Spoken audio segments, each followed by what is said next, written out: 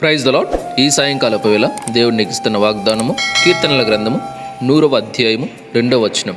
సంతోషముతో యెహోవాను సేవించుడి, ఉత్సాహగానము చేయుచు ఆయన సన్నిధికి రండి. దేవుని మనం ఎలా సేవించాలి అంటే సంతోషంతో సేవించాలి కదా.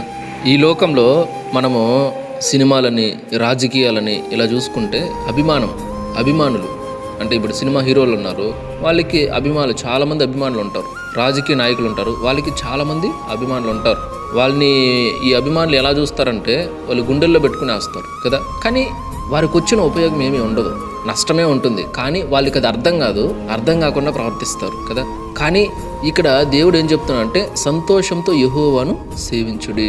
సంతోషంతో యెహోవాకు మనం సేవ చేయాలి. సంతోషంతో యెహోవాను నేను సేవిస్తే నాకు వచ్చే ఉపయోగం ఏమి అంటే, మనుషులు నీ జీవితంలో చేయలేంది, మనుషులు నీకు సహాయం చేయలేంది నా దేవుడు నీకు చేస్తాడు, నీ జీవితంలో చేస్తాడు. నీ జీవితాన్ని మారుస్తాడు. నీ జీవితంలో సమాధానం లేదనుకో, సమాధానం ఇస్తాడు, నెమ్మదిస్తాడు, సంతోషం ఇస్తాడు, ఆనందాన్ని ఇస్తాడు, ఆరోగ్యాన్ని ఇస్తాడు. నీ జీవితంలో నువ్వు ఊహించిన అద్భుత కార్యాలు, ఆశ్చర్యకార్యాలు చేస్తాడు. అంటే కార్యాలు చేస్తాడు కాబట్టే మనం యెహోవాను సేవించాలంటే ఖచ్చితంగా కాదు. ఆయన నీ కొరకు ప్రాణం పెట్టాడు, ఆయన నీ కొరకు ఆయన రక్తాన్ని చిందించాడు, ఆయన నీ కొరకు తన ప్రాణాన్ని కూడా లెక్క చేయలా. నా ప్రాణం కంటే నాకు నువ్వే ఇంపార్టెంట్ అని నీ కొరకు ఆయన తన ప్రాణాన్ని పెట్టాడు.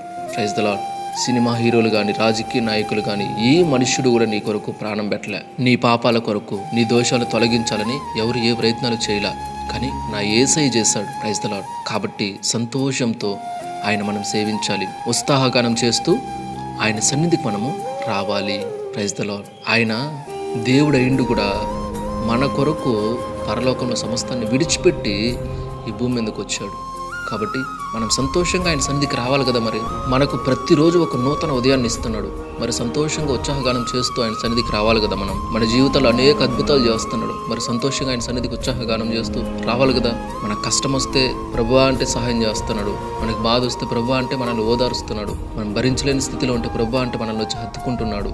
మన జీవితంలో ఎన్నో కార్యాలు చేస్తున్నాడు కదా. మరి సంతోషంతో ఆయన్ని సేవించాలి కదా. ఉత్సాహగానం చేస్తూ ఆయన సన్నిధికి మనం రావాలి కదా.